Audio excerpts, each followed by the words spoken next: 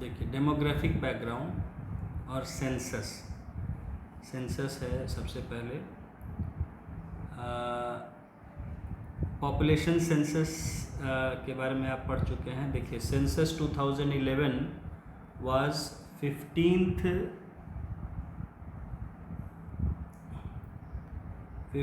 census since 1872 when the first census was conducted। ठीक है, मैं वीडियो में हाईलाइट कर दे रहा हूँ, आप देख लेंगे, उस हिसाब से कर लेंगे। ठीक है, तो सेंसस ये जो था 2011 का 15वां था, और अभी जो है लेटेस्ट जो हुआ वो कौन सा हो जाएगा, 16th। तो देखिए, हाँ, census 2021 was propose to be conducted in 2 phases। ठीक है, house listing and housing census during 2020 सितंबर एंड पॉपुलेशन एनुमरेशन ड्यूरिंग फरवरी 2021। लेकिन इसके जो है कोविड के कारण have been postponed until further orders. ठीक है, तो 2021 का जो है अभी पोस्टपोन हो गया है। And so now coming to population, as per census of India 2011 the population of India stood at 121 crore। ठीक है, comprising 62.33 crore males and 58.76 crore females। तो चूँकि 62.33 crore males and 58.76 crore females, अब ये नहीं कर सकते हैं, चलिए, क्योंकि ये एक साथ सबका नहीं होता है, अलग अलग सब जैसे जैसे बढ़ते जाएगा ये होते जाएगा। तो ये देखिए कि आपका 121 करोड़ जो है ये था 2011 के सेंसस के अकॉर्डिंगली। ठीक है, जिसमें कि 62.3 करोड़ मेल्स थे और 58.76 करोड़ फीमेल्स थे। ठीक है, आउट ऑफ दिस देखिए, out of this 83.38 crore, that is 68.9% lived in rural areas। ठीक है, and the rest 37.71 crore, 31.1% stay in urban area।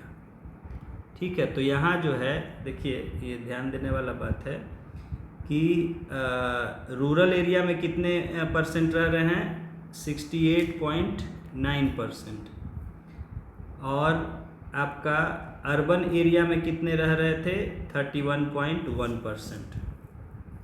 ठीक है, तो आपका ये देखिए मिल गया आपको अर्बनाइजेशन का डेटा। आपको पूछा जाएगा 2011 के अनुसार अर्बनाइजेशन कितना परसेंटेज था इंडिया का, तो 68.9%। ये घट गया, पहले था 72-73% के आसपास। ठीक है, 2011 के अनुसार ये हो गया 68.9%। ये रूरल एरियाज में रह रहे थे, सॉरी, और अर्बनाइजेशन हो गया 31.1%, बढ़ा है, सॉरी, पहले 28% था, वो जो है 31, ये बढ़ा है, सॉरी, रूरल एरियाज में घटा है, अर्बन में बढ़ा है, 31.1% हो गया है। तो अर्बनाइजेशन का परसेंटेज हो गया 31.1%। नाउ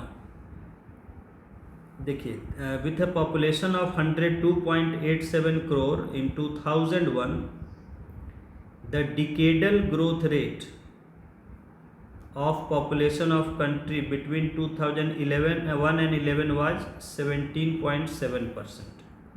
डिकेडल ग्रोथ रेट एक पूछा जाता है।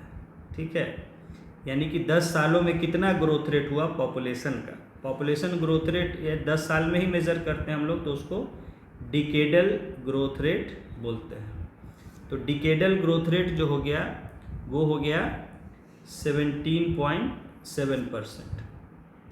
Okay, then the population of country is estimated to have reached 1363 million in 2021। ठीक है, पॉपुलेशन प्रोजेक्शन जो था वो था कि 2021 में जो है कितना हो जाएगा पॉपुलेशन, 1363 करोड़।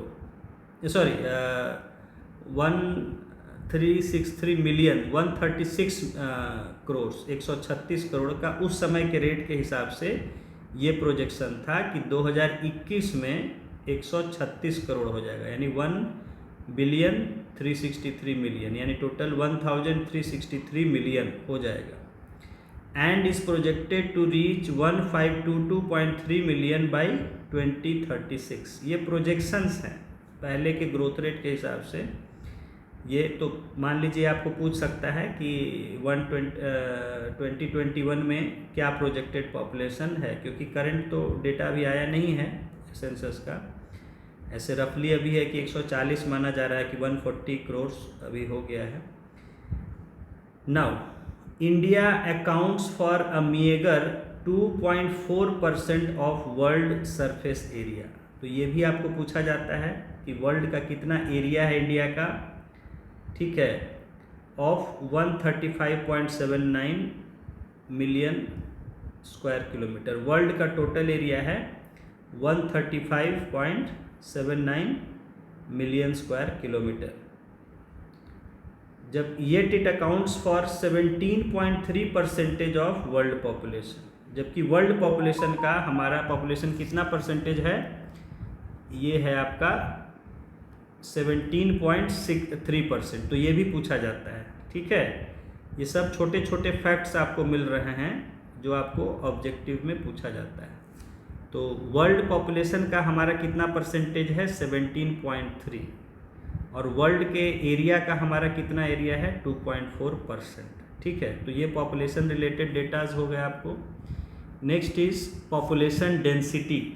पॉपुलेशन डेंसिटी, ठीक है। तो आप थ्योरी उसका तो पढ़ ही चुके हैं कि इसका मतलब होता है concentration density. It is defined as the number of persons per square kilometre. It is defined as number of persons per square kilometre. एक स्क्वायर किलोमीटर में कितने लोग रहते हैं उसको हम पॉपुलेशन डेंसिटी कहते हैं। The population density of India in 2011 was 382 per square kilometer with a decadal growth rate of 17.7%। तो पॉपुलेशन डेंसिटी जो है इंडिया का वो था 382 पर स्क्वायर किलोमीटर इंडिया का 2011 सेंसस में, ठीक है, पॉपुलेशन डेंसिटी, ठीक है। नाउ देखिए, अमंग द बिगर स्टेट्स, नीचे लाइन में छोड़ के, Bihar was the most thickly populated state with population density of 1106 persons per square kilometre, followed by West Bengal and Kerala in 2011। तो देखिए ये आपको मिल गया बिहार का डेटा कि 2011 के अनुसार बिहार सबसे ज़्यादा डेंसली पॉपुलेटेड स्टेट था और इसका पॉपुलेशन डेंसिटी था 1106, 1106। इसके बाद सेकेंड प्लेस पर था वेस्ट बंगाल 1028 और केरला था थर्ड प्लेस पर 860 बड़े स्टेट्स में, ठीक है। अगर सभी को खाली मिला दिया जाए, ये खाली स्टेट्स की बात थी, ठीक है, अगर स्टेट्स और यूनियन टेरिटरी सबको मिला दिया जाए तो population density of NCT was highest, ठीक है। अगर छोटे यूटीज और ये सबको मिला दिया जाएगा तो उसमें जो दिल्ली एनसीटी एनसीआर जिसको बोलते हैं उसका हाईएस्ट था population density 11,320 persons per square kilometre, followed by Chandigarh at 9,258 persons per square. क्योंकि ये छोटे मतलब सिटी स्टेट्स हैं, जो एक सिटी है दिल्ली और वो स्टेट की तरह है, तो उसका नेचुरल है कि पॉपुलेशन बहुत हाई पॉपुलेशन डेंसिटी, छोटे एरिया बहुत ज़्यादा लोग रहते हैं। तो जैसे आप बिहार देखिए स्टेट में हाईएस्ट है 1100 है, जबकि इसका 11,000 है, 10 गुना ज़्यादा है दिल्ली का, और चंडीगढ़ का 9,258। तो ये आपको याद रखना है कि अगर टोटल सभी स्टेट और यूटीज़ को मिला के पूछा जाएगा तो उसमें दिल्ली आएगा हाईएस्ट में, लेकिन अगर खाली अमंग द स्टेट्स पूछा जाए कि among the states which has the highest population density, तो उसमें बिहार था 2011, ठीक है। तो बिहार से जुड़ा हुआ एक और आपको डेटा मिल गया। Now coming to sex ratio. Sex ratio, ठीक है।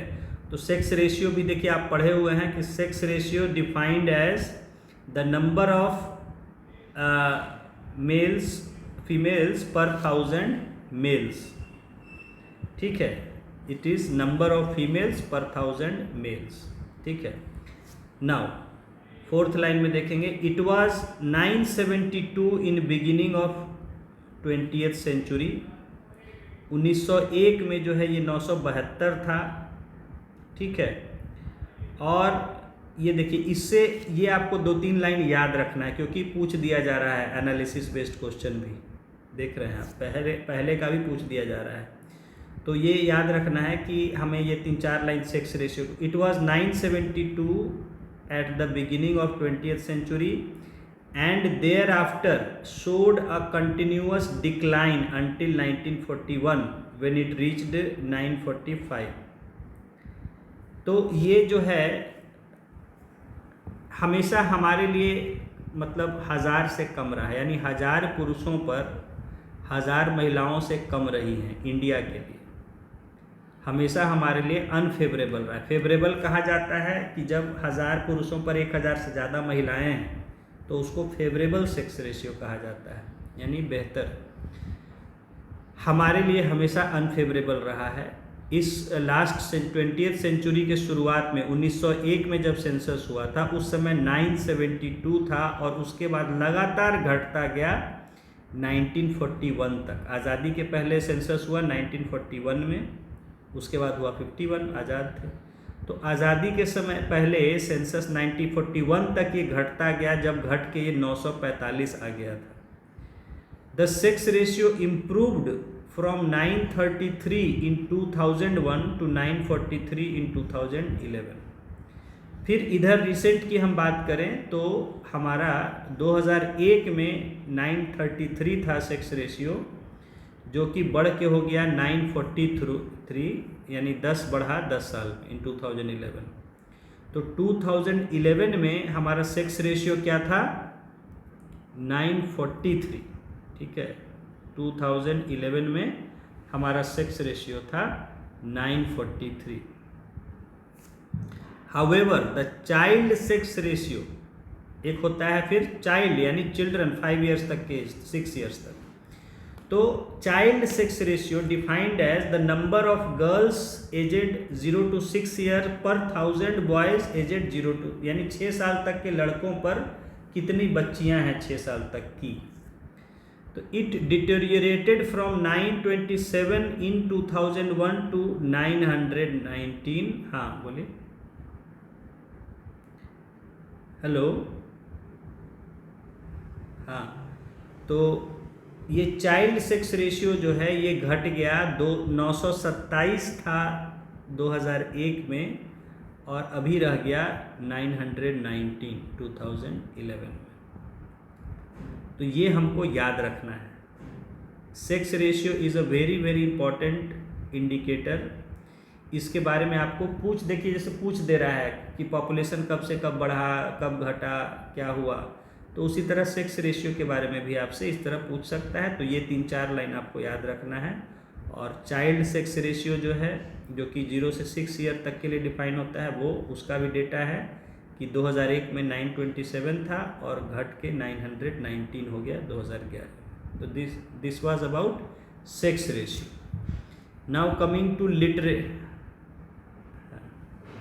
हाँ ठीक है, ओके। सेक्स रेशियो डिस्कस कर चुके थे। Next comes literacy. लिटरेसी भी आप पढ़ चुके हैं। देखिए यहाँ पर क्या है, अ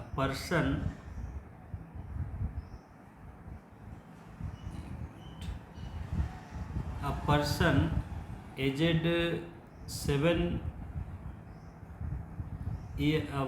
above who can both read and write with understanding in any language is treated as literate as per census of India 2011। तो कोई व्यक्ति 7 साल से ऊपर, 7 साल और उससे ऊपर का, जो कि लिख भी सकता है, पढ़ सकता है और उसको समझ सकता है लिखा हुआ कि क्या लिखा गया है। हाँ, 7 साल से ऊपर के लोगों को काउंट किया जाता है इसमें।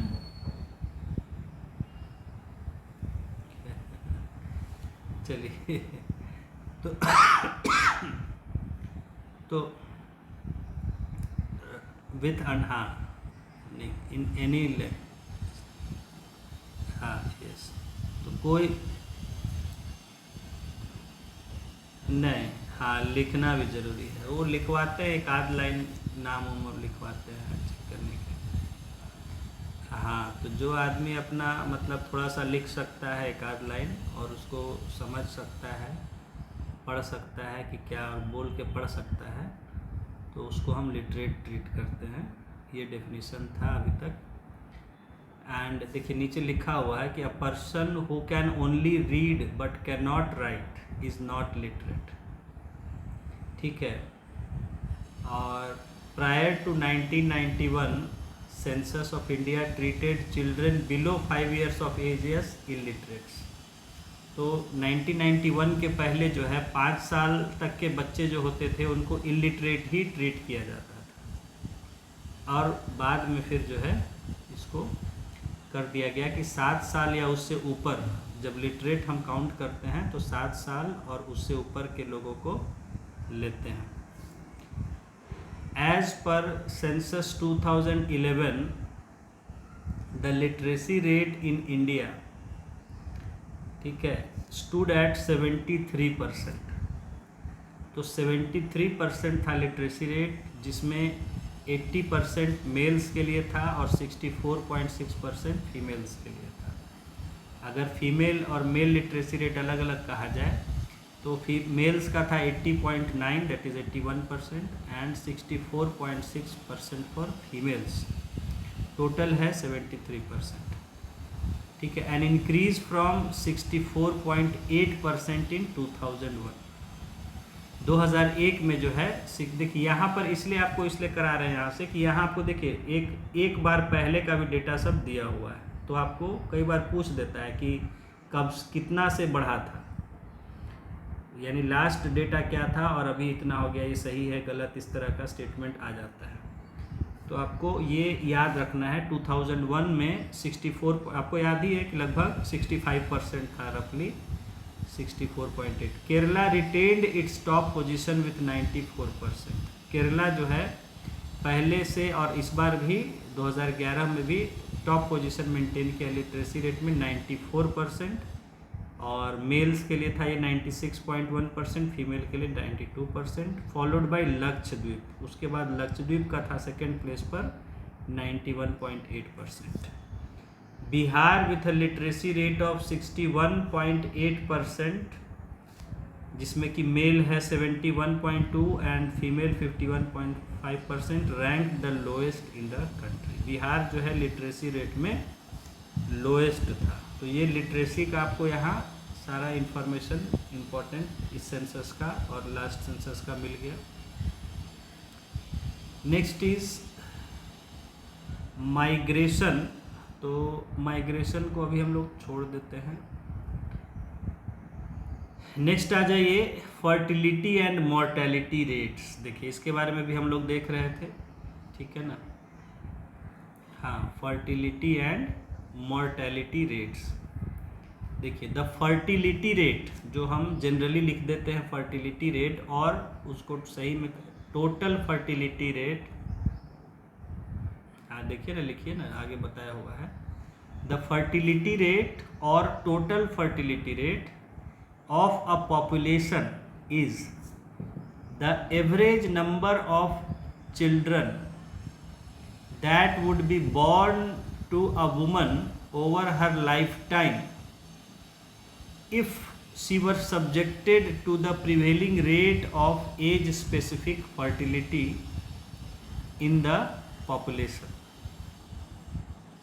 अब इसमें क्या है कि थोड़ा सा डेफिनेशन टेक्निकल चला जाता है, तो हम लोग को ये समझना है इसको कि एक महिला अपने लाइफ टाइम में जो है कितने बच्चों को जन्म देती या दे सकती है, क्योंकि ये एक एवरेज डेटा होता है, सभी का मिला जुला के लिया जाता है।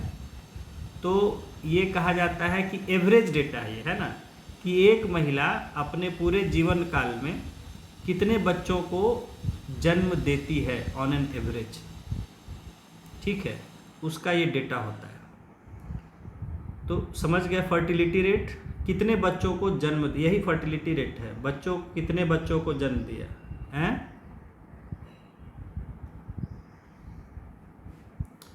फर्टिलिटी का मतलब यही होता है, फर्टिलिटी का मतलब होता है, जैसे देखिए फर्टिलिटी का मतलब होता है जन्म देना या पैदा करना किसी भी सब्जेक्ट में। जैसे हम ज्योग्राफी में फर्टिलिटी पढ़ते हैं, वहाँ सॉइल फर्टिलिटी करते हैं, मिट्टी की पैदा करने की क्षमता करते हैं कि मिट्टी कोई भी कितना अनाज पैदा कर रही है।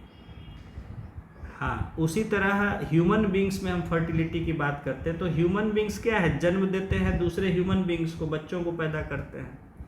तो कितने बच्चों को जन्म देती है या पैदा करती है कोई महिला, क्योंकि महिला ही पैदा करती, पुरुष तो पैदा करता नहीं है, तो पुरुष उसमें उसका एजेंट होता है, कारण होता है, लेकिन पैदा तो महिला करती है।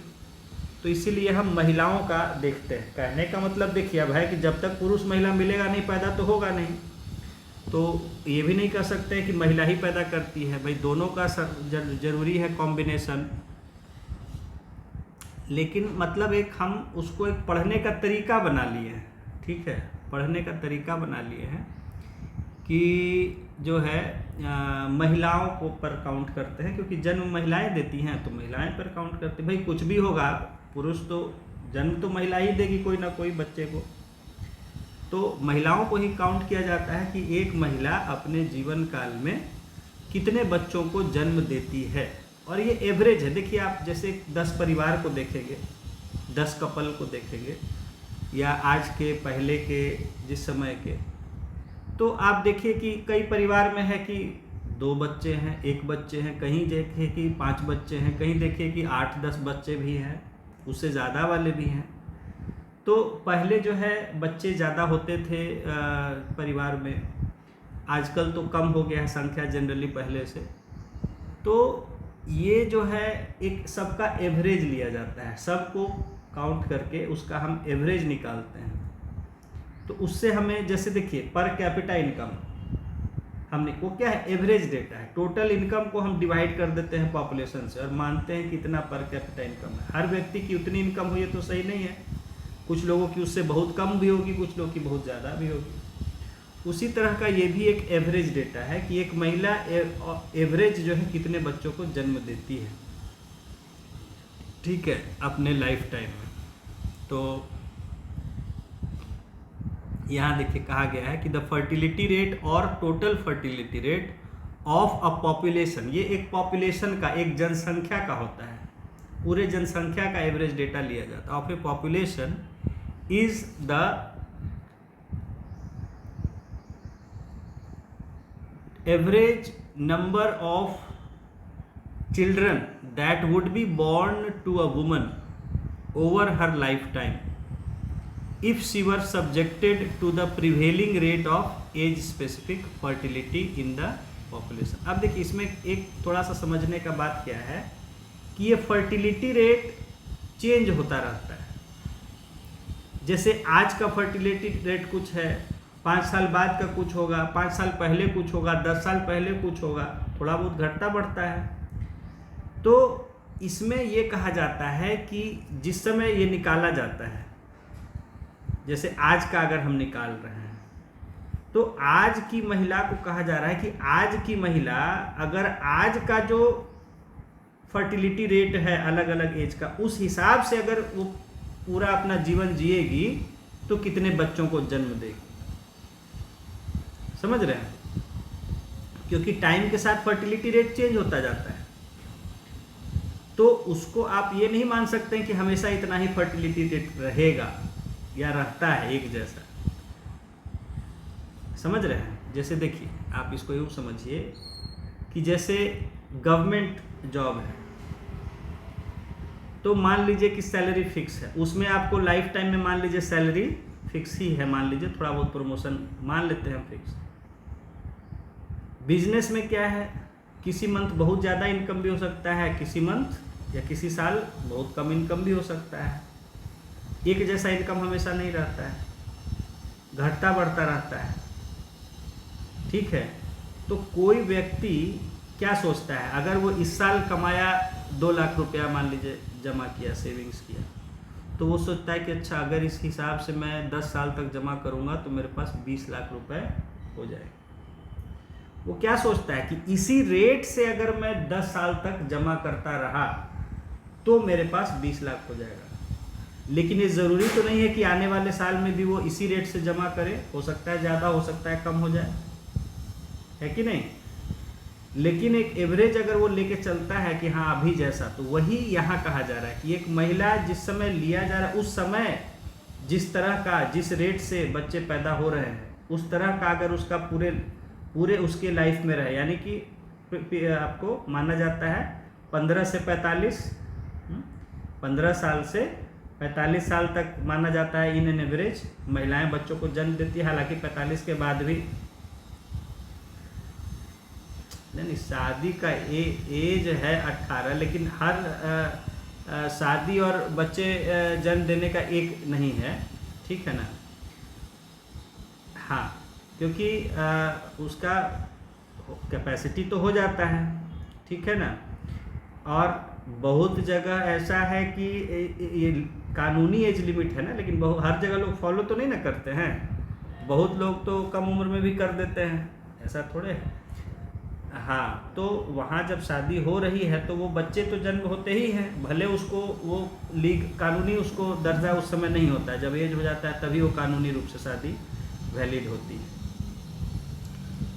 तो यहाँ ये कहा जा रहा है कि उस हिसाब से अगर वो उसका 15 से 45 साल तक का बच्चे को जन्म देती अगर, तो कितने बच्चों को जन्म देती है, इसी को कहते हैं फर्टिलिटी रेट या टोटल फर्टिलिटी रेट।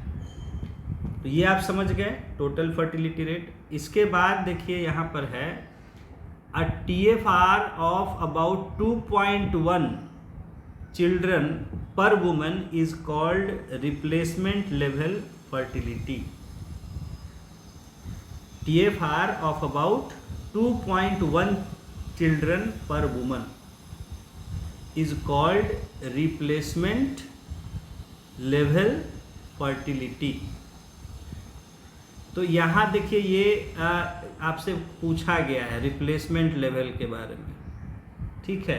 तो रिप्लेसमेंट लेवल क्या होता है, कहा जाता है कि देखिए मैंने आपको थोड़ा सा बताया था कि जैसे देखिए बच्चों का जन्म कैसे होता है, तो वो तो महिलाएं जन्म देती हैं बच्चों को। तो अब मान लीजिए कि हम एक घर ले लेते हैं एग्जाम्पल, एक फैमिली को ले लेते हैं एग्जाम्पल। एक फैमिली यानी हस्बैंड वाइफ है, तो वहाँ जो है एक घर में एक फैमिली रह रही है, 2 लोग हैं। अब वहाँ नए बच्चे पैदा होंगे, जब वो वाइफ जो है बच्चों को जन्म देगी तो नए लोग पैदा होंगे, जितने भी जन्म देगी उतने बच्चे नए हो जाएंगे, यानी उतने पॉपुलेशन बढ़ेगी, समझ रहे हैं। तो अगर उस घर में एक हस्बैंड एक वाइफ थे और वो एक बच्चे और एक बच्ची को जन्म देते हैं, तो कुछ समय बाद क्या होगा, इसी तरह से मान लीजिए सभी जितने कपल्स हैं, मान लीजिए कि हम लोग आइडियल एक मान लेते हैं केस कि जितने हैं सबकी शादी हो गई है और सब लोग सारे परिवार जो हैं उन्होंने 2-2 बच्चों को, एक लड़का एक लड़की को जन्म दिया, ठीक है। तो अब जो ये अभी की पीढ़ी थी जिसने बच्चों को जन्म दिया, वो उसकी जब डेथ हो जाएगी, समझ रहे हैं, वो बूढ़े होके डेथ होगी उनकी, तो कितने लोग बच जाएंगे, जितने लोग थे उतने ही बच जाएंगे फिर से, समझ रहे हैं। क्योंकि एक कपल बच्चे को जन्म दिया था, 2 की जोड़ी ने 2 को जन्म दिया था ना, तो जितनी जोड़ियां हैं सभी जोड़ियों ने 2-2 बच्चों को जन्म दिया था। तो अब जितनी जोड़ियां जो पिछली पीढ़ी की थी उतने ही नए पीढ़ी में लोग आ जाएंगे, बच्चे आ जाएंगे, यानी पॉपुलेशन रिप्लेस हो गया।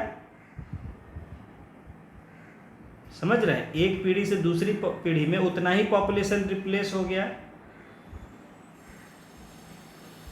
समझ रहे हैं ये बात। तो इसी को कहा जाता है रिप्लेसमेंट लेवल फर्टिलिटी, यानी जितने थे उतने ही हो जाए, उससे ज़्यादा नहीं, उससे कम नहीं। तो इसका डेटा निकाला जाता है तो 2.1 लगभग आता है हम लोग के यहाँ, क्योंकि 2 तो है लेकिन उसमें कई चीज़ें होती हैं। देखा जाता है समाज में कि कई लोगों की शादी नहीं होती है, या कई लोग से बच्चा नहीं होता है, या हाँ, और उसके बाद कई लोगों का डेथ भी हो जाता है, जैसे लाइफ यंग एज में या इस तरह का कई, हाँ, कई सारी चीज़ें होती है। तो इसीलिए इसको हम 2.1 लेते हैं कि 2.1 जो है तो उसमें केसेस आ जाएंगे ऐसे, तो 2 के 2 रह जाएंगे। तो यही यहाँ कहा जा रहा है कि total fertility rate of about 2.1 children per woman is called replacement level fertility. Replacement में समझते हैं कि जितने थे, जो जैसा था वैसा हो गया। रिप्लेसमेंट समझते हैं ना वर्ड, हाँ, कि हम जैसे कोई चीज़ रिप्लेस करते हैं कि भाई जो था अगर वो कुछ टूट गया, डैमेज हो गया, तो उसको हटा के हम फ्रेश उसकी जगह लगा दिए, रिप्लेस हो गया। तो यहाँ वही कह रहा है कि जितने लोग थे, पॉपुलेशन थी, वो रिप्लेस हो जा रही है, उतने ही लोग फिर से पैदा हो गए और उनकी जगह ले लेंगे आगे चल। तो इसको कहते हैं replacement level fertility. Replacement level word आया था कहीं और इस बार आपको पूछा भी गया था ये क्वेश्चन, तो इसीलिए हम इसको समझा दे रहे हैं आपको कि TFR of about 2.1 children per woman is called replacement level fertility. अब यहाँ देखिए, from a TFR of 2.6 in 2008 to 2.2 in 2018, India has gradually moved towards achieving the replacement level of fertility। देखिए पॉपुलेशन पॉलिसी में था, हम आपको पढ़ाए थे नेशनल पॉपुलेशन पॉलिसी में, जब पढ़ा रहे थे नेशनल पॉपुलेशन पॉलिसी 2000, उसमें था कि हमें कोई साल का टारगेट दिया हुआ था कि इस इतने सालों में हमें रिप्लेसमेंट लेवल फर्टिलिटी को अचीव कर लेना है। और इंडिया का रिप्लेसमेंट लेवल फर्टिलिटी जो है वो क्या है, 2.1। तो यहाँ डेटा आपको दे दिया है कि 2008 में हमारा TFR था 2.6, यानी ज़्यादा बच्चे पैदा हो रहे थे, और ये घट के फिर हुआ कंट्रोल होके 2018 में 2.2। देखिए इसमें है क्या, पॉपुलेशन पॉलिसी, उसमें है कि पॉपुलेशन ग्रोथ हमें कंट्रोल करना है। हम बहुत तेज़ी से पॉपुलेशन बढ़ रहा है, तो पढ़े हैं आपकी सारी दिक्कतें क्या क्या हो जाती हैं, तो हमें पॉपुलेशन ग्रोथ को कंट्रोल करना है। तो अभी तेज़ी से पॉपुलेशन बढ़ रही है, तो उसको हम टारगेट रखे थे पॉपुलेशन पॉलिसी में कि इस साल आते आते, मेरे ख्याल 2045 का है कि कब का है, कि हमें रिप्लेसमेंट लेवल पर ले आना है, यानी कि जितने लोग हैं उतने ही पैदा हो रहे हैं, यानी एक्स्ट्रा नहीं बढ़ रहे हैं लोग। समझ रहे हैं, कुछ साल बाद जाके वो पॉपुलेशन को रिप्लेस कर देंगे, जब पुराने वाले चल जाएंगे दूसरे लोक में, तो इस लोक में बच जाएंगे जितने पहले थे उतने, एक पीढ़ी के, फिर वो भी पैदा करेंगे इतने दिन में। तो कहने का मतलब वो रिप्लेसमेंट की तरह, मतलब जितने थे उतने ही लगभग मेंटेन रहेंगे। तो ये हमारा पॉपुलेशन पॉलिसी में आपने पढ़ा था, तो मैंने यहाँ फर्टिलिटी रेट और मॉर्टेलिटी रेट, हम यहाँ फर्टिलिटी रेट देख लिए, TFR समझ गए, रिप्लेसमेंट लेवल समझ गए, और हम लोग का जो लास्ट 2018 में था 2.2, और हमको 2.1 को अचीव करना है फर्टिलिटी रेट। ये तो हो गया फर्टिलिटी। अब हम देखते हैं मॉर्टेलिटी रेट। मॉर्टेलिटी कहते हैं, मॉर्टल मतलब मॉर्ट वर्ड से होता है मृत्यु, हाँ नहीं जिंदा नहीं, मॉर्ट वर्ड डाइंग को बोलते हैं। हाँ, मॉर्ट जो लैटिन का, हाँ लैटिन वर्ड है मॉर्ट, मॉर्ट का मतलब होता है डेथ, उसी से जुड़ा हुआ है मॉर्चुअरी या मॉर्टेलिटी मतलब डाइंग। हाँ, मॉर्चुअरी कहते हैं, और मोर्ग कहते हैं जहाँ रखा है। मोर्ग भी कहते हैं कहीं कहीं और मॉर्चुअरी भी कहते हैं। तो जैसे पोस्ट मॉर्टम, पोस्ट यानी बाद में, मॉर्टम मतलब डेथ, जो डेथ के बाद जो जांच होती है उसको हम इसलिए पोस्ट मॉर्टम कहते हैं। हाँ, तो ये देखिए, तो अब मॉर्टेलिटी रेट यानी डेथ के रेट्स जो है वो भी इसके साथ साथ हम देखेंगे यहाँ। तो सबसे पहले है यहाँ इन सब का रेट में क्रूड बर्थ रेट, जो कि फर्टिलिटी से जुड़ा हुआ है, बर्थ से जुड़ा हुआ है। क्रूड बर्थ रेट, जैसे ग्रॉस होता है वैसे ही क्रूड होता है, मतलब ये रफ डेटा है, बहुत एक्यूरेट डेटा नहीं, रफ। हाँ, तो देखिए, हाँ, the crude birth rate is a measure of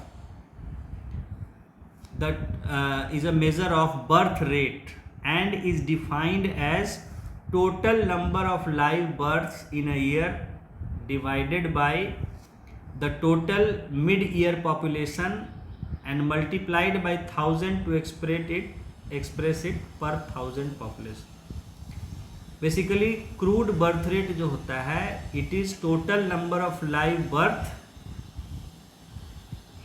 ठीक है, पर 1000 पॉपुलेशन होता है, पर 1000 पॉपुलेशन। तो हम इसको निकालते कैसे हैं कि टोटल पॉपुलेशन से जितना भी लाइव बर्थ हुआ टोटल पॉपुलेशन से डिवाइड कर दिए और उसमें 1000 से मल्टीप्लाई कर दिए। देखिए, आपको पता है कि जब हम टोटल पॉपुलेशन से डिवाइड करते हैं तो पर कैपिटा या पर पर्सन आ जाता है, और उसमें हम 1000 से मल्टीप्लाई कर दे रहे हैं, यानी कि पर 1000 पर्सन आ गया, तो वही हो जाता है total number of live birth, ठीक है, पर 1000 population is called crude birth rate.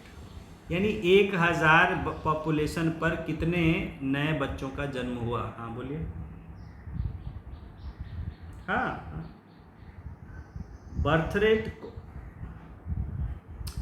Rough idea है, तो जो है वही ना पूछा जाएगा। एक्यूरेट निकालने का कोई तरीका है नहीं, बहुत ज़्यादा एक्यूरेट निकलता नहीं है, क्योंकि भाई इतना इन्फॉर्मेशन हम लोग का फास्ट नहीं है ना। हाँ, पैदा कहाँ कौन हो रहा है उसका पता भी नहीं चलता है, कोई न जाता है इन्फॉर्मेशन देने न रजिस्ट्रेशन कराने, इतना ज़्यादा हमारे यहाँ इन्फॉर्मेशन है नहीं। अरे बड़े बड़े फैसले हो जाते हैं सरकार के, वो तो पते नहीं चलते लोगों को, वो किस बच्चे का कहाँ जन्म हो रहा है कहाँ पता चलेगा, और इतना रिकॉर्ड हर जगह मेंटेन होता नहीं।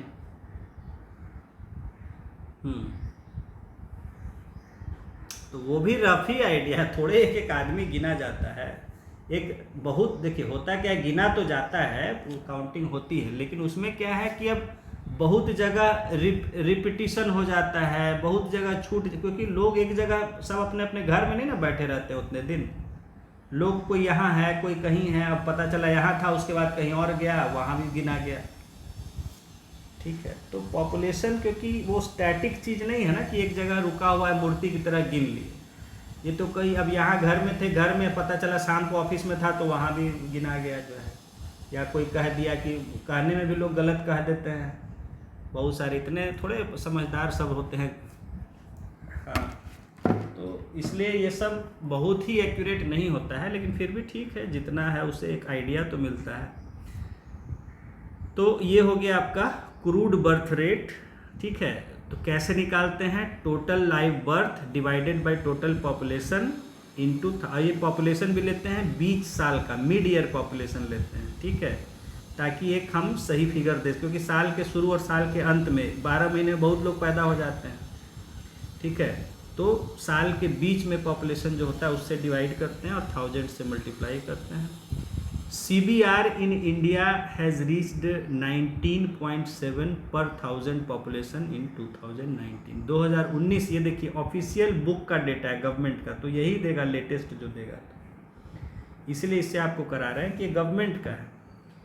तो 2019 में जो है CBR हो गया था 19.7 पर 1000 पॉपुलेशन, यानी एवरेज में 1000 की जनसंख्या में 19.7 बच्चे हर साल पैदा हो रहे थे 2019 में। तो ये हो गया crude birth rate. Then next देखते हैं क्रूड डेथ रेट। इसी तरह डेथ का रेट है।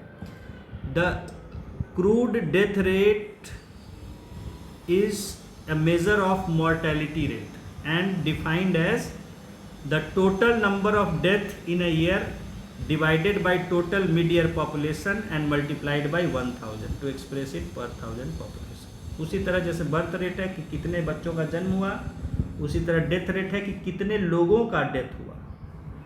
किसी का भी डेथ हुआ तो कितने लोगों का डेथ हुआ total divided by population into 1000। The crude death rate for India in 2019 was 6 per 1000 population, 6 per 1000 population, gradually down from 7.3 in 2009। 2009 में ये था 7.3। कहिएगा कि सर ये साल अलग अलग क्यों आ रहा है? क्योंकि ये बर्थ और डेथ का जो है ये आता है फैमिली सर्वे में डेटा आता है, सेंसस में नहीं होता है।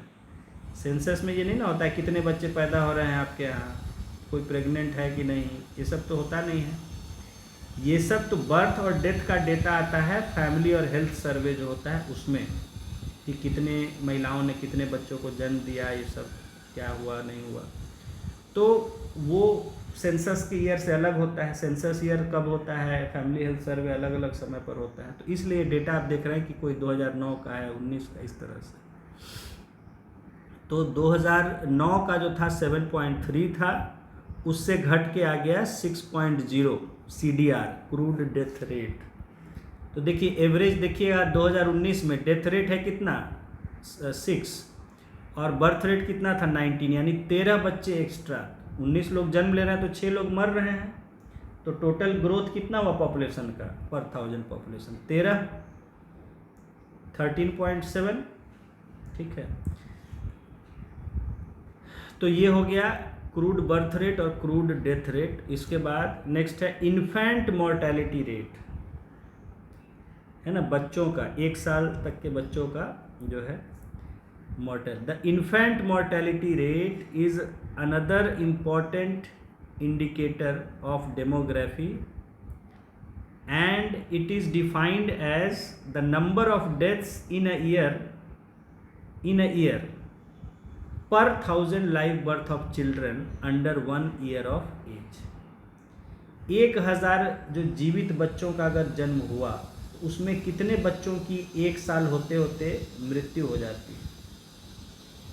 समझ रहे हैं? अगर 1000 बच्चों ने जन्म लिया तो उसमें 1 साल की उम्र होते होते कितने बच्चे गुजर जा रहे हैं, डेथ हो जा रही है, उसको कहते हैं infant mortality rate. India has been able to drastically reduce the infant mortality rate from 50 in 2009 to 30 in 2019। 30 देखिए आपसे पूछा गया था IMR कितना है, आया था अभी क्वेश्चन 30, मैंने कहा था कि 30, तो ये है 30 लेटेस्ट डेटा IMR का। तो ये IMR भी पूछा जाता है, ये तो डेथ रेट बर्थ रेट कम पूछा जाएगा, IMR पूछा जाता है। IMR या MMR आपसे पूछा जाता है। तो ये हो गया हमारा यहाँ जो है पॉपुलेशन रिलेटेड डेटा हो गया कुछ।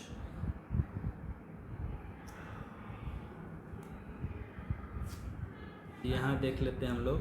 तो जैसा कि देखिए जैसे सर्वे में भी पहला चैप्टर बेसिक इकोनॉमिक डेटा होता है, वैसे यहाँ भी आपको फर्स्ट जो है बेसिक इकोनॉमिक डेटा है। देखिए यहाँ दिया हुआ फर्स्ट लाइन, द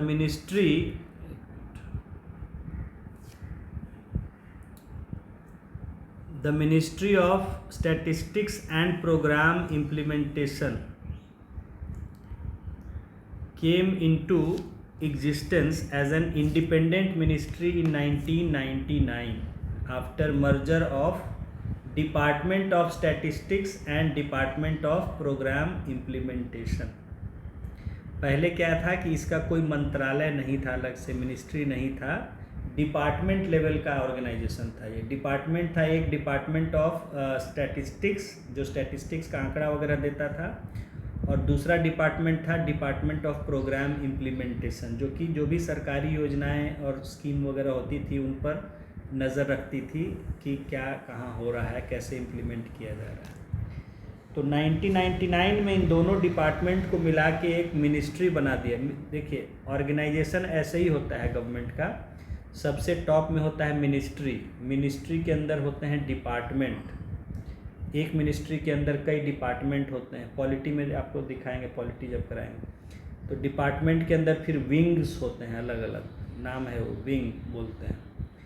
तो इस तरह से उसका ये होता है, और विंग के अंदर फिर डिवीज़न होते हैं, तो इस तरह से उसका ऑर्गेनाइजेशन होता है। तो ये जो है डिपार्टमेंट था दो, डिपार्टमेंट ऑफ स्टैटिस्टिक्स और डिपार्टमेंट ऑफ प्रोग्राम इम्प्लीमेंटेशन, उसको मिला के एक मिनिस्ट्री बना दिया गया, क्योंकि इसका काम बढ़ता जा रहा था। तो एक मंत्रालय, और उसके क्योंकि मिनिस्ट्री होता है तो वो एक मिनिस्टर के अंदर में, मिनिस्टर उसकी देखरेख करने के लिए होता है गवर्नमेंट का। तो ये ministry of statistics and programme implementation के नाम से बन गया 1999 में। ठीक है, तो इसमें चलिए इतना है। इसमें देखिए कह रहा है कि The ministry has two wings, one related to statistics and other related to program implementation. तो मंत्रालय में जो है दो मतलब अलग अलग भाग में है, एक जो है जो आंकड़ों का काम स्टैटिस्टिक्स का करता है, दूसरा जो है प्रोग्राम इम्प्लीमेंटेशन पर नज़र रखता है। द स्टैटिस्टिक्स विंग, जो इसका स्टैटिस्टिक्स जो वाला विंग है, रीडिज़ाइनेटेड मतलब उसका नया नाम रखा गया एज नेशनल स्टैटिस्टिक्स ऑफिस। देखिए आपको बताए थे कि नया इसका नाम अब रख दिया गया है national statistics office, consists of the central statistics office and the national sample survey office NSSO। तो ये आपको बताए थे कि अभी उसका नया नाम रख दिया गया है NSO, जो कि पहले का CSO और NSSO को मिला के उसको बना दिया गया है। ठीक है, तो इतना ही इसमें हम देखते हैं। उसके बाद हम बढ़ते हैं इसमें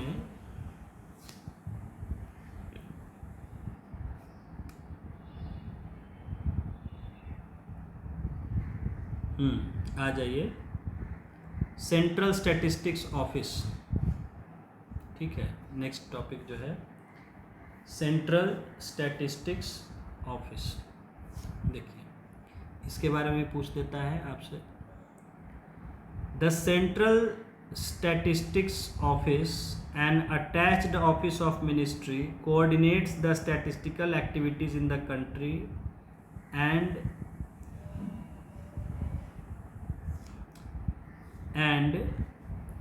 इवॉल्व्स स्टैटिस्टिकल स्टैंडर्ड्स। कहा जा रहा है कि ये मंत्रालय से जुड़ा हुआ एक ऑफिस है जो कि स्टैटिस्टिक्स का जो भी तरह का आंकड़े का होता है कार्यक्रम देश में, उसको देखता है। Its activities inter alia include compilation of national account, जितने भी देश के अकाउंट हैं उनका कंपाइल करता है, खाता पैसों का। इंडेक्स ऑफ इंडस्ट्रियल प्रोडक्शन, देखिए IIP मैंने कहा था कि इंडस्ट्रियल प्रोडक्शन का डेटा वगैरह सारा कलेक्शन करना, ये भी इसका काम है, जिसको कि इंडेक्स ऑफ इंडस्ट्रियल प्रोडक्शन के रूप में हम जानते हैं। कंज्यूमर प्राइस इंडिसेस, CPI का वैल्यू सारा कैलकुलेट करना। अर्बन, रूरल और कंबाइंड, तीनों तरह का, अर्बन के लिए अलग, रूरल के लिए अलग, कल आपको बताए थे, कंबाइंड फिर एक। Human development statistics, human development से जुड़ा हुआ भी स्टैटिस्टिक्स करता है। Including gender statistics in the states and union territories and dissemination of energy statistics. Dissemination मतलब होता है डेटा को फैलाना, लोगों को देना जो भी इंफॉर्मेशन, शेयरिंग इंफॉर्मेशन। तो जो भी आंकड़े आए हैं उनको सब लोगों के सामने रखना, ये सब इसका काम था। ठीक है, तो ये देखिए the CSO, ministry of the CSO, ministry of statistics and programme implementation started releasing, मतलब CSO जो कि ministry of statistics and programme implementation का भाग है, started releasing state UT wise all India consumer price indices CPI separately for rural, urban and combined for purpose of temporal price with effect from January 2011 with 2010 as base year. ठीक है. Accordingly, the annual inflation rates based were made available since January 2012. CSO revised the base year of CPI from 10 to 12 and revised it in 2015. ठीक है. खैर, तो ये जो है आपको बताया कि जो ये हो गया है, अभी क्या हो गया है, कौन सा साल हो गया बताया, 4-5 से पहले जो था, सॉरी, अभी बेस ईयर क्या कर दिया गया है, 11-12. ठीक. तो वही यहाँ कह रहा है कि the CSO revise the base year from 2010 to 2012.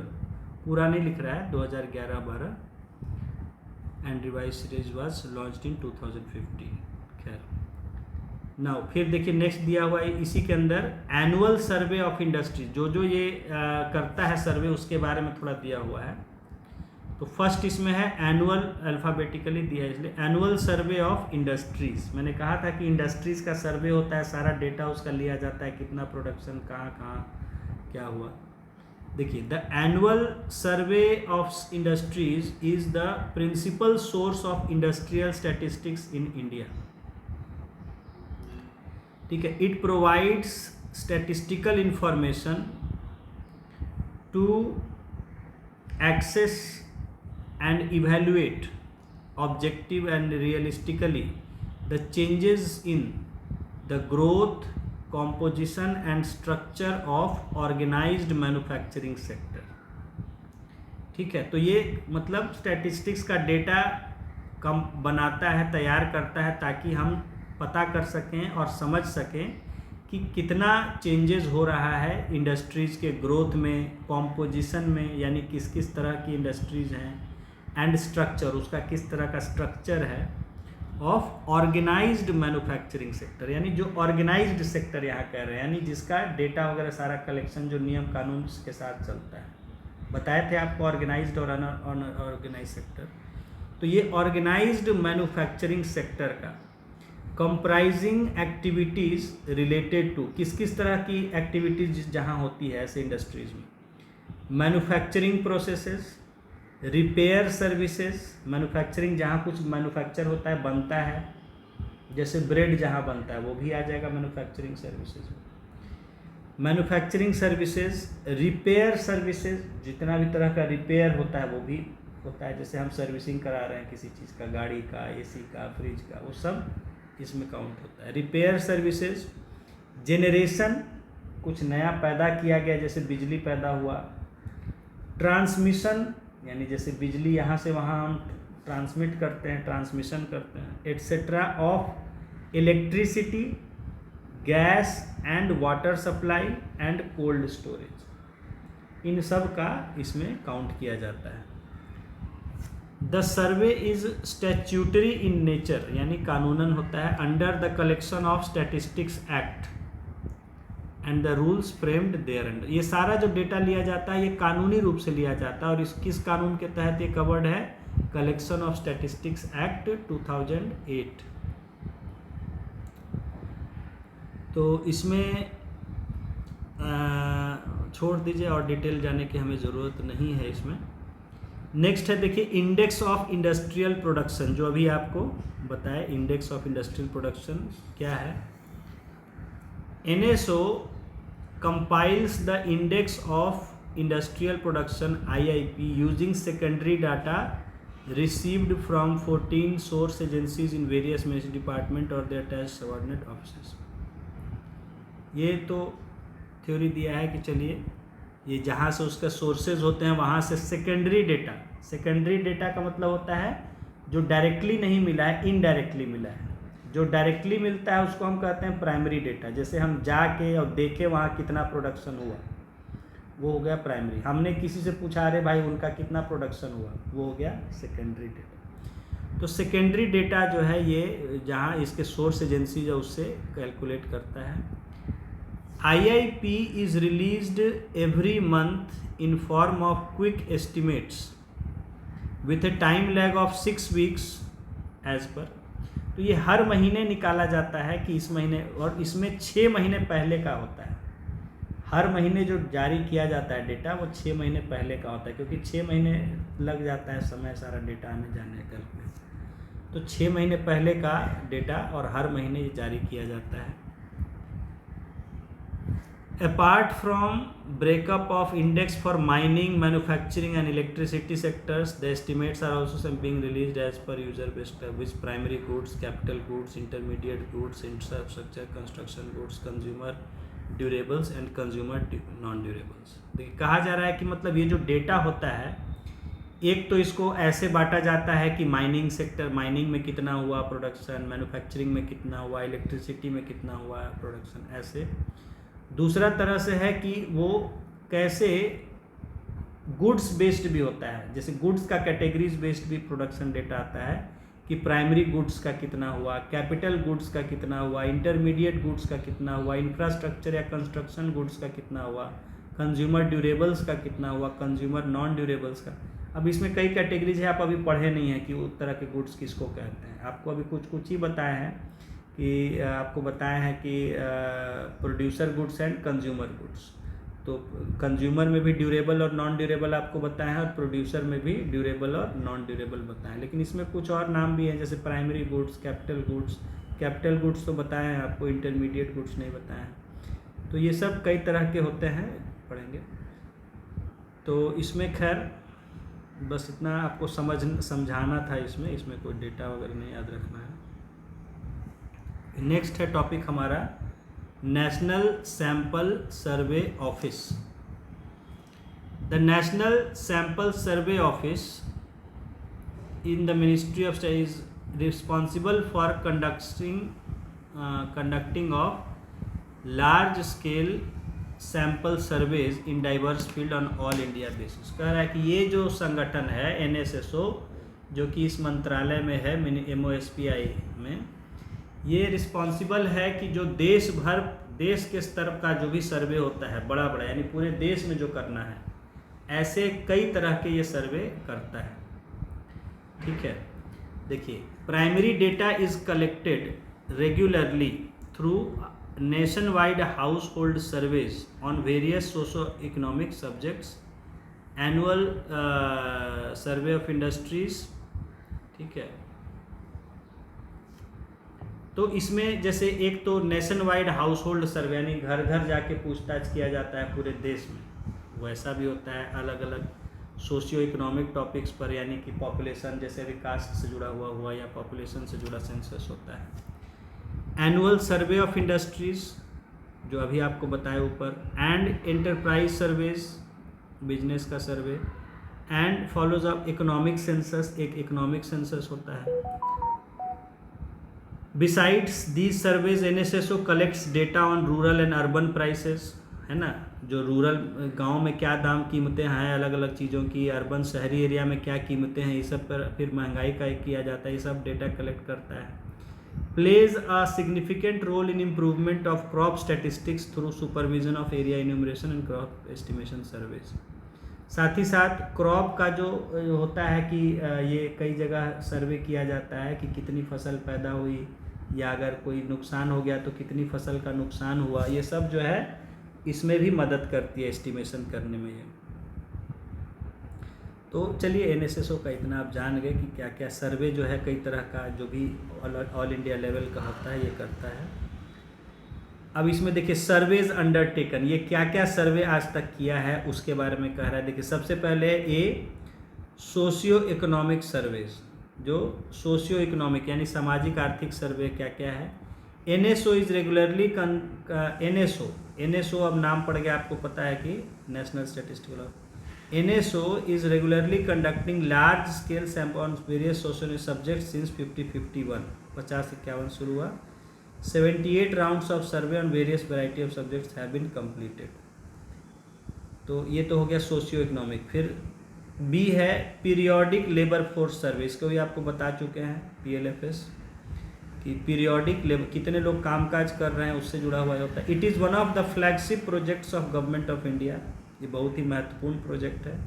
The main objective of PLFS is to generate quarterly estimates of various indicators of the labour market in urban areas as well as to generate the annual estimates of different labor force indicators in rural areas. This survey is an ongoing one being conducted regularly since 2000. जैसे PLFS है, ये labour force से जुड़ा हुआ सर्वे होता है कि कितने लोग कहाँ कहाँ काम कर रहे हैं, कितने पुरुष हैं, महिलाएं हैं, किस तरह के काम में काम कर रहे हैं, कैसे फैक्ट्री में काम कर रहे हैं, कई तरह का इस तरह का डेटा लेबर फोर्स से जुड़ा हुआ ये डेटा कलेक्ट करता है। उसके बाद यहाँ हमारा फिर देखिए एक है, जैसे है कई सारा टाइम यूज सर्वे एक होता है, ये भी करता है कि कितने लोग किस काम में कितना टाइम देते हैं अपने डेली लाइफ में, उसका भी सर्वे किया जाता है। ठीक है, ये देखिए TUS इसको कहते हैं, time use survey provides a framework for measuring time dispositions by population on different activities, यानी एक लोग जो हैं वो किन किन कामों में कितना समय लगा रहे हैं उसको ये मेज़र करता है। It is an important source of information about different activities that are performed by population and time duration for which such activities are performed. Its primary objective is to measure Its primary objective is to measure participation of men and women in paid as well as unpaid activities, ठीक है, including unpaid caregiving activities। caregiving होता है देखभाल करना, कोई बच्चा है उसकी देखभाल करना, कोई बूढ़ा है जिसकी भी। अनपेड यानी जो बिना पैसों के किया जाता है, केयर गिविंग एक्टिविटीज़ या बीमार की देखभाल करना। Volunteer work, unpaid domestic activities done for household members, जैसे जो घरेलू अपने घर के लोगों के लिए जो भी कुछ काम किया जाता है कि पति के लिए खाना बना रही है, बेटे के लिए कुछ कर रही है, किसी बेटी का कपड़ा सिल रही है, घर का सफाई हो रहा है, घर का बहुत सारा काम जो होता है, तो घर के लोगों के लिए जो किया जाता है ये भी काम देखा। Time spent on learning, socialising, leisure activities, ये सब तरह का कामकाज का पूरा लिया जाता है। First such survey was conducted during 2019, 2019 में ऐसा पहले ये सर्वे हुआ था, टाइम यूज सर्वे। फिर है देखिए annual survey of unincorporated sector enterprises. Unincorporated मतलब जो सरकार के साथ रजिस्टर्ड नहीं है कानूनी रूप से, ऐसे बिजनेसेस, ऐसे इंडस्ट्रीज का सर्वे किया जाता है। फिर annual survey of service sector enterprises है, जो सर्विस सेक्टर में लगे हुए हैं। फिर देखिए हाउस होल्ड कंज्यूमर एक्सपेंडिचर सर्वे, ये एक इम्पॉर्टेंट है। हाउस होल्ड कंज्यूमर यानी घर एक परिवार में लोग कितना खर्च कर रहे हैं अपने रहने सहने अलग अलग चीज़ों पर, ये household consumer expenditure survey. To cater to the demand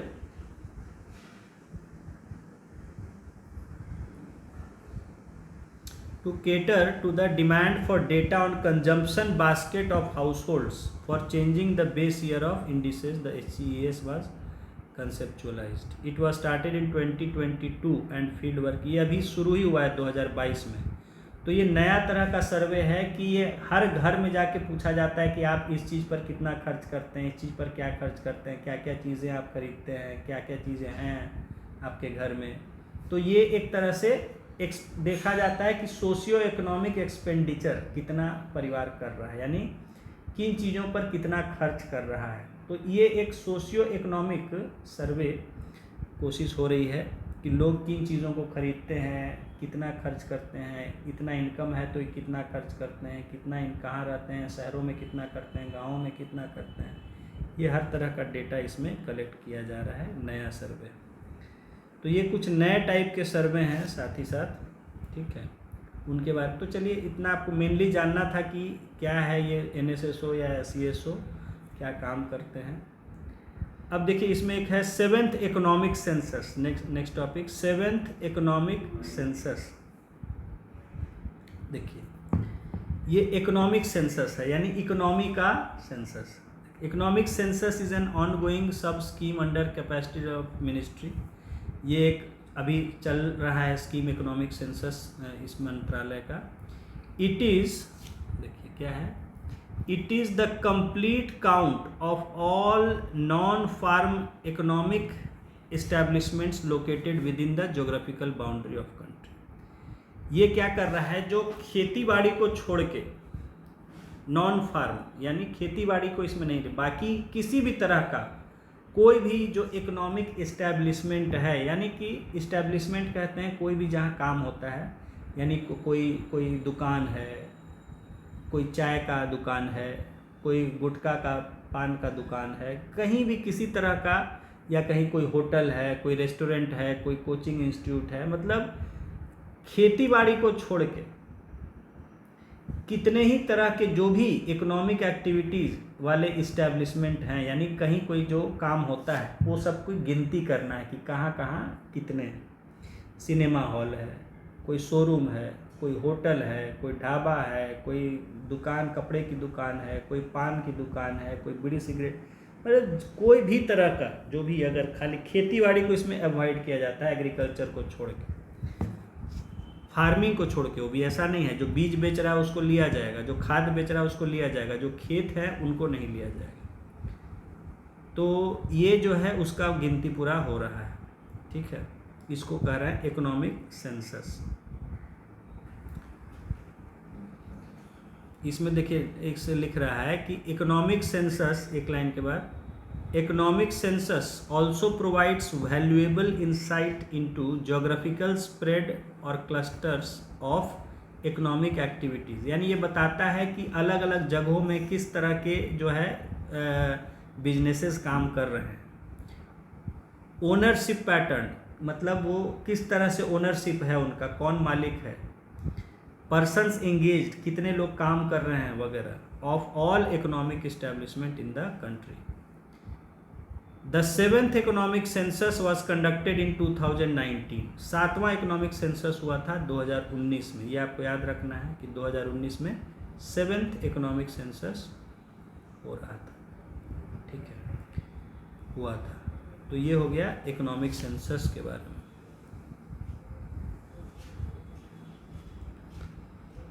फिर देखिए प्राइस स्टैटिस्टिक्स, ठीक है, अब आ गया आपका प्राइस से जुड़ा हुआ। चलिए इसको करा के छोड़ देंगे, आगे कल करेंगे। प्राइस स्टैटिस्टिक्स देखिए, NSO under MOSPI started compiling consumer price index separately for rural, urban and combined sectors on monthly basis with base year 2010 for all India with effect from January 11। It revise the base year from 2010 to 2012 incorporating many, ठीक है, ये सब हमें नहीं जाना है उतना। Data of consumer expenditure survey 2011-12 of 68th round of national sample survey. In addition consumer food price index is also being released as weighted average of 10 sub groups. खैर, अब आज इसमें consumer price index urban CPI के बारे में। CPI urban, तो जैसे है CPI का डेफिनेशन वैसे ये है कि consumer price index for urban areas measures the changes over time in general level of retail prices of goods and services for purpose of consumption relevant to entire urban population in the country. यानी शहरी क्षेत्रों में जो personal use के लिए लोग सामान खरीदते हैं, गुड्स खरीदते हैं, गुड्स एंड सर्विसेज, उनकी कीमतों में कितना बदलाव आया है, ये कहता है CPI अर्बन, ठीक है, ठीक है। इसी तरह CPI रूरल होता है, और फिर होलसेल प्राइस इंडेक्स, ये सब आपको बता चुके हैं, WPI, ठीक है।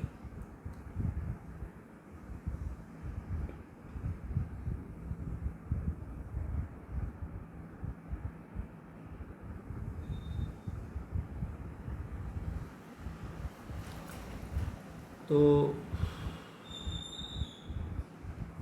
यहाँ देखिए नेक्स्ट पेज में देखेंगे WPI का, the overall annual rate of inflation, मतलब अगर पूरे साल का लिया जाए, क्योंकि ये महीने महीने भी डेटा आता है महंगाई का, 3 महीने पर भी आता है, 6 महीने पर आता है, साल भर का आता है।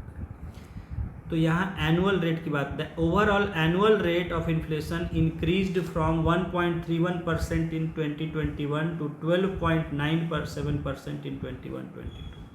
महंगाई जो है वो 1-1.5% जो थी 2020 में, उससे बढ़ के हो गई लगभग 13% 21-22 में।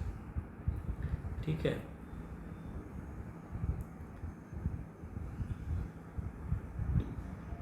अब इसमें कुछ कुछ दिया हुआ है कि जैसे देखिए, the rate of inflation remained in double digit throughout 2021 mainly due to sense of imported commodities items like crude, petroleum and petroleum products, basic metals, chemicals and chemical products and edible oils whose prices were heavily dependent on global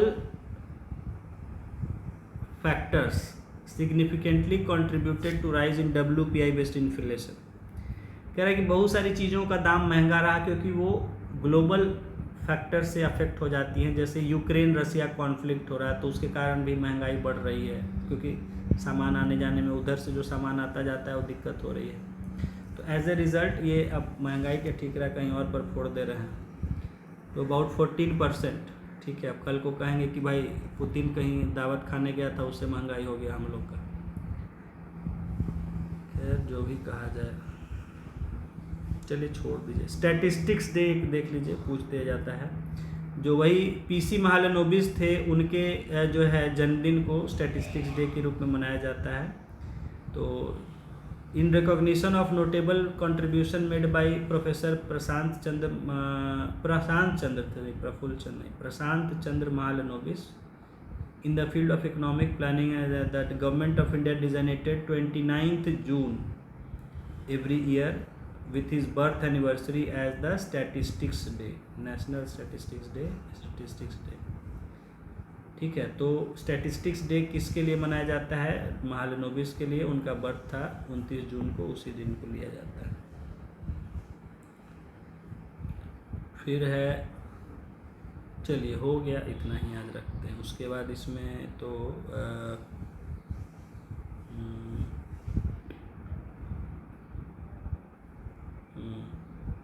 ख़त्म हो गया इस chapter में, तो आज इतना ही रखते हैं। चलिए कल नेक्स्ट चैप्टर का कराएंगे 9th।